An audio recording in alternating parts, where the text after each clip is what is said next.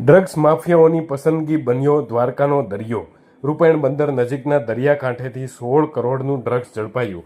પોલીસે આ મામલે તપાસ શરૂ કરી અને વધુ માહિતી આપી છે। ગુજરાતના દરિયા કિનારા પરથી ડ્રગ્સ મળવાનો સિલસિલો યથાવત છે। છેલ્લા કેટલાક દિવસથી દરિયા કિનારે ડ્રગ્સના જથ્થા ઝડપાઈ રહ્યા છે। તેવી જ ફરી એકવાર ઘટના સામે આવી છે। દ્વારકાના દરિયાકાંઠેથી કરોડો રૂપિયાનું ચરસ ઝડપાયું છે। દ્વારકાના વરવાળા અને રૂપેણ બંદર નજીક દરિયાકાંઠેથી 16 કરોડની કિંમતના 30થી વધુ બિનવારસી હાલતમાં ચરસના પેકેટ ગઈકાલે મળી આવ્યા હતા, જેથી પોલીસ બેડામાં દોડધામ મચી હતી। એક બાદ એક ચરસના પેકેટ મળતા એસઓજીના જવાનોએ દરિયાકાંઠે સર્ચ ઓપરેશન હાથ ધર્યું હતું। પોલીસે આ તમામ મુદ્દામાલ જપ્ત કરી અને વધુ તપાસ હાથ ધરી છે। ત્યારે આ સમગ્ર મામલો કેવી રીતે સામે આવ્યો અને શું તેની માહિતી છે, તે સમગ્ર માહિતી પોલીસ વડાએ આપી હતી।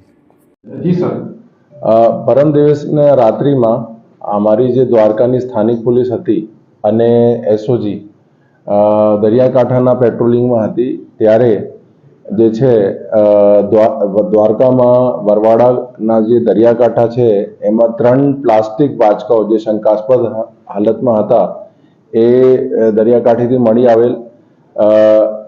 પછી એના ખરાઈ કરવા માટે જે છે એફએસએલ અધિકારીને બોલાવવામાં આવેલ હતો અને સાયન્ટિફિક તપાસ કરીને પછી એ ખબર પડી કે એમાં જે 30 પ્લાસ્ટિકની પેકેટ હતી એમાં જે છે ડ્રગ્સ હતો, જે ડાર્ક બ્રાઉન કલરનો હતો।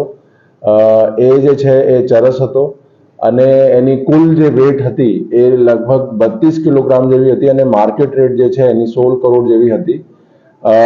જે પ્લાસ્ટિક પેકેટ ઉપર જે છે એમાં ક્યારે અંગ્રેજીમાં અથવા તો ફારસી ભાષામાં અમુક વસ્તુઓ લખેલી હતી, કિંગ, સ્ટેગ અને જે ફારસી ભાષામાં હાઈ ક્વોલિટી પ્રોડક્ટ એમ લખેલો હતો।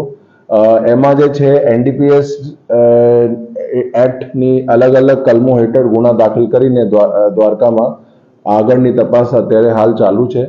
ગુના જે છે અત્યારે અજાણ્યા માણસો વિરુદ્ધ છે। એમાં તપાસમાં જે બધું એંગલથી તપાસ થશે અને એ જે કાર્યવાહી છે અત્યારે ચાલુ છે।